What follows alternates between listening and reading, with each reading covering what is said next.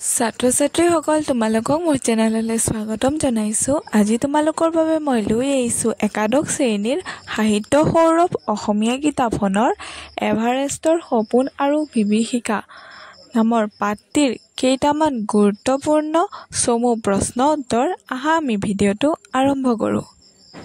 ১ number প্ৰশ্নটি হৈছে mount Everest সমুদ্ৰ পৃষ্ঠৰ পৰা কিমান ফুট উচ্চতাত অৱস্থিত? উত্তৰটি হ'ল মাউণ্ট এভাৰেষ্ট সমুদ্ৰ পৃষ্ঠৰ পৰা ১৮,০০০ ফুট উচ্চতাত অৱস্থিত। ২ নম্বৰ প্ৰশ্নটি হৈছে প্ৰথম অসমীয়া এভাৰেষ্ট আৰোহণকাৰী কোন কোন আছিল? উত্তৰটি হ'ল তৰুণ শইকীয়া আৰু মনীষ ডেকা।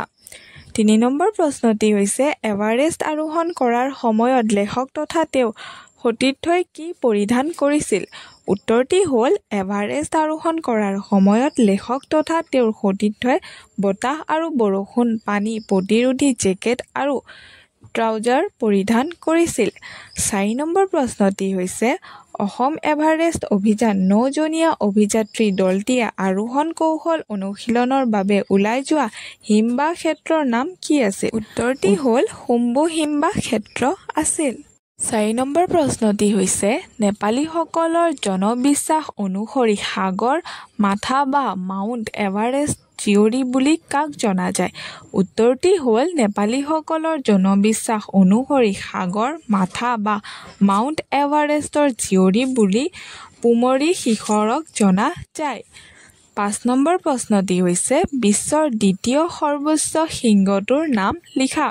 উত্তৰটি হ'ল বিশ্বৰ দ্বিতীয় সৰ্বোচ্চ শৃংগটোৰ নাম হ'ল K2। ৬ নম্বৰ প্ৰশ্নটি হৈছে প্ৰণয় বৰদলৈ কোনটো নিউজ চেনেলৰ পৰিচালনা সম্পাদক?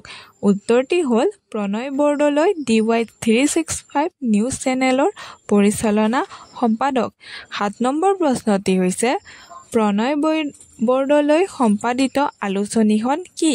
উত্তৰটি হ'ল প্ৰণয় বৰদলৈ সম্পাদিত আলোচনীখন হ'ল জ্ঞানদীপ।